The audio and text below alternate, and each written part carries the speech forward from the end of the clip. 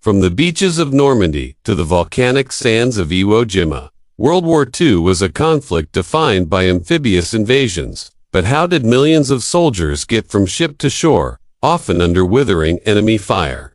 It wasn't just about landing craft. It was about a whole new breed of machine, vehicles that could swim and then fight on land.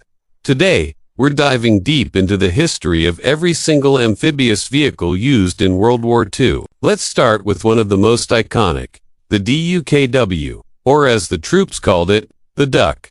This wasn't a purpose-built combat vehicle, but a modification of a standard 2.5-ton army truck. General Motors ingeniously wrapped a watertight hull around the chassis, added a propeller at the back and a rudder. The result, a vehicle that could drive off a ship, motor to shore, carrying 25 soldiers or 5,000 pounds of cargo, and then simply drive up the beach and onto the road network. It was a logistical marvel.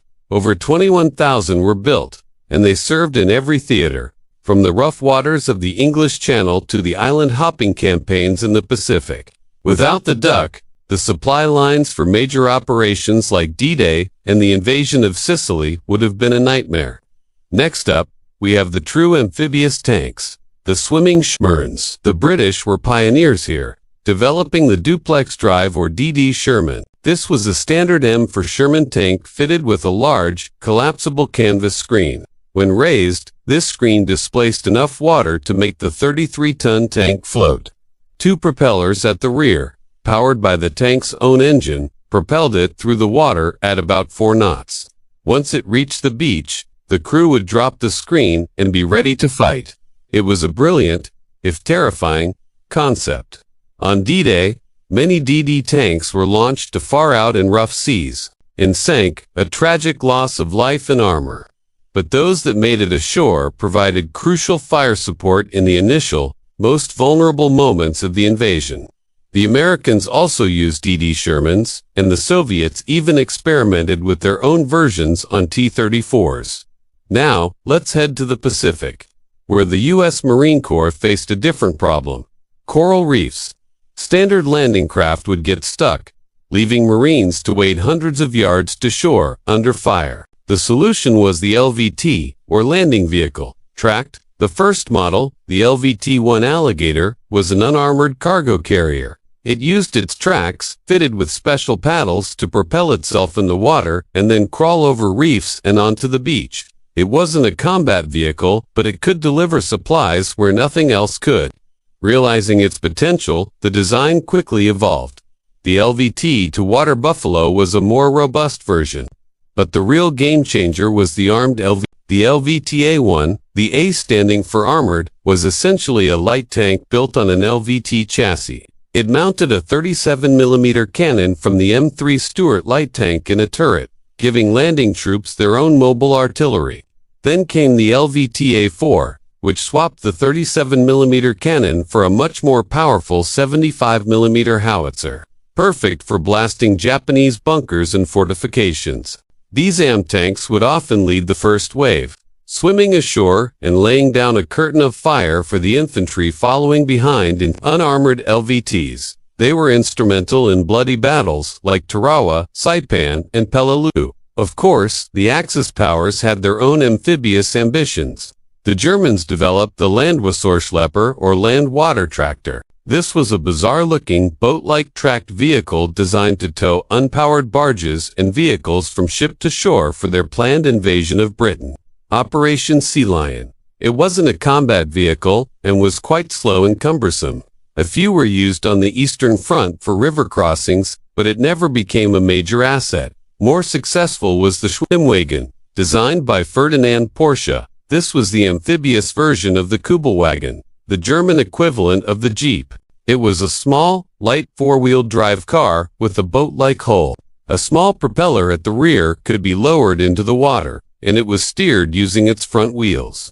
While not a combat vehicle, it was an incredibly useful reconnaissance and utility vehicle, allowing German officers and scouts to cross rivers and streams with ease. Over 15,000 were produced, making it the most mass-produced amphibious car in history. The Japanese also developed several amphibious tanks. recognizing the need for them in a war fought across countless islands. Their main effort was the Type DUKW. This was a light tank based on their Type 95 Hago. What made it unique was its use of large, attachable pontoons at the front and rear for buoyancy, and a detachable conning tower for the commander. Once ashore, the crew would jettison the pontoons from inside the tank, and it would operate as a conventional land tank. It was a clever design, but it was complex, and the tank itself was thinly armored and outgunned by American Shermans. Fewer than 200 were built, and they saw limited action, failing to make a significant impact on the war. The Soviet Union, fighting a primarily land war, had less focus on amphibious vehicles. However, they did see the value in amphibious light tanks for reconnaissance and river crossings. They experimented with several designs, like the T-38 and T-40 light tanks. These were small, lightly armed and armored vehicles that could propel themselves in the water using a small propeller and rudder. They were useful in the early stages of the war for crossing the many rivers of Eastern Europe, but their thin armor made them highly vulnerable in combat. As the war progressed, their role was largely taken over by more conventional vehicles supported by pontoon bridges. Let's not forget the smaller, lesser-known vehicles. The Americans had the M29 Weasel, a tracked vehicle originally designed for use in snow. But with the addition of flotation kits, it became a capable amphibious cargo carrier, lighter and more nimble than the DUKW, though with a much smaller payload. It was perfect for carrying small teams, ammunition, or communication equipment across rivers and swamps. And what about the British? Besides the DD tanks, they also developed the Terror. This was an 8-wheeled amphibious cargo truck, bigger and more capable in rough water than the DUKW. It could carry a 5-ton payload and performed well, but it arrived late in the war, in 1944, and only about 500 were built. It saw service crossing rivers in the final push into Germany. From the massive DD Shermans churning through the surf at Normandy, to the nimble Schwimmwagens scouting ahead of the German advance in Russia, these amphibious vehicles represented a monumental leap in military technology. They were the key that unlocked fortified coastlines and crossed impassable rivers. They were often slow, vulnerable, and terrifying to operate. But without them, the map of the Second World War would look very different. Each design, from the American LVT to the Japanese Kami, was an answer to a specific battlefield problem, a testament to the incredible ingenuity and brutal necessity of wartime innovation. Thanks for watching our deep dive into the amphibious vehicles of World War II. If you enjoyed this, make sure to like the video and subscribe to the channel for more military history. Let us know in the comments which of these swimming machines you find the most fascinating. We'll see you in the next one.